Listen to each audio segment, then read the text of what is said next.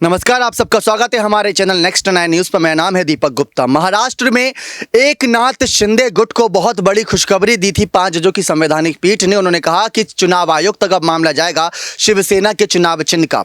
लेकिन इस बीच कपिल सिब्बल, जो बहुत ही माहिर और चालाक वकील कहे जाते हैं, उनकी हार होती नजर आई शिंदे गुट के आगे। इस पर वो कुछ भी बातें करते नजर नहीं आ रहे, क्योंकि पूरी कोशिश कर ली, सारी दलीलें दे दी और वो काम नहीं आई।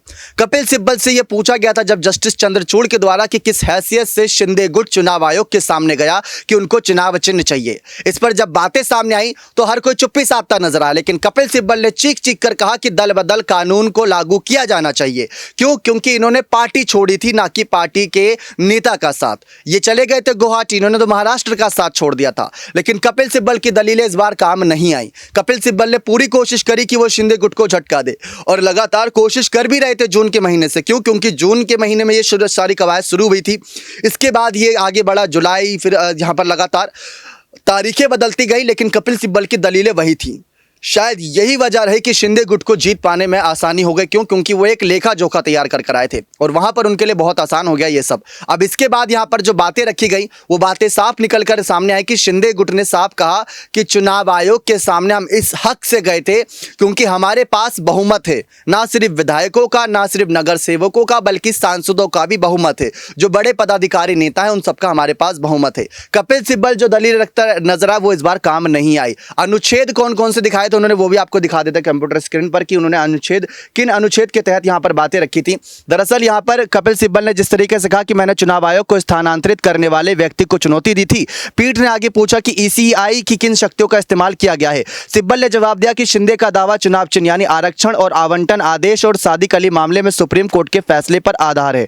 उन्होंने कहा कि सादिक अली मामले का फैसला उस समय किया गया जब संविधान की 10वीं अनुसूची को पेश किया जाना बाकी था। इसी के साथ साथ कपिल सिब्बल ने तर्क दिया कि शिंदे को अयोग्यता का सामना करना पड़ा क्योंकि उनका काम 10वीं अनुसूची के पैरा 2(1)(a) के तहत स्वेच्छा से पार्टी की सदस्यता छोड़ने के बराबर है। यानी इस पार्टी की सदस्यता छोड़ी थी शिंदे गुट ने। साथ ही उन्होंने दावा किया कि अनुसूची के पैरा 2(1)(b) के अनुसार पार्टी व्हीप का उल्लंघन किया गया है। क्या विधायक दल के संबंध में विवाद राजनीतिक दल के संबंध में चुनाव आयोग के अधिकार क्षेत्र को प्रभावित करता है? पीठ ने कहा कि मुद्दा 10वीं अनुसूची के तहत अध्यक्ष के अधिकार और चुनाव आयोग के अधिकार क्षेत्र के दायरे में चुनाव चिन्ह आदेश के संबंध में है।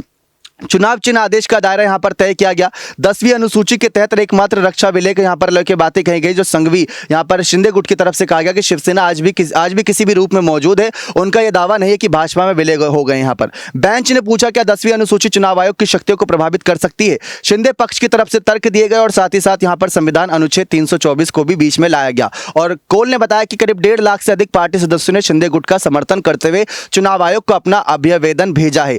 सीएम ठाकरे ने इस्तीफा इसलिए मान ले सदन में विश्वास की कमी है। अंतर पार्टी लोकतंत्र और मतभेद और असहमति का हिस्सा बताया गया। ये सारी दलीलें रखी गई और दलीलें काम होती नहीं नजर आई, लेकिन शिंदे गुट की दलीलों को स्वीकार किया गया। जो अनुच्छेद थे वो आपको दिखाए गए और जो पार्टी की सदस्यता छोड़ने पर बातें थी और उद्धव ठाकरे के संबंध में जो बातें थी कि उन्होंने इस्तीफा दिया था, उनके पास बहुमत भी नहीं है, सरकार भी उनकी गिर चुकी है, और साथ ही साथ पार्टी के सदस्य भी यहां पर जो 1.5 लाख के समर्थकों की बात करी वो भी आपके सामने हकीकत बता दी। तो कपिल सिब्बल का इस बार कह सकते हैं घमंड टूटता नजर आया कोर्ट के अंदर, लेकिन वापसी वो जरूर करेंगे। अब चुनाव आयोग तक मामला गया है, देखते हैं वहां पर क्या मामले को लेकर अपनी राय रखते हैं। आपकी क्या राय इस मामले पर? शिंदे या उद्धव, किसकी जीत होनी चाहिए? अपनी राय खोलकर कमेंट सेक्शन में जरूर रखिएगा। बहुत बहुत धन्यवाद।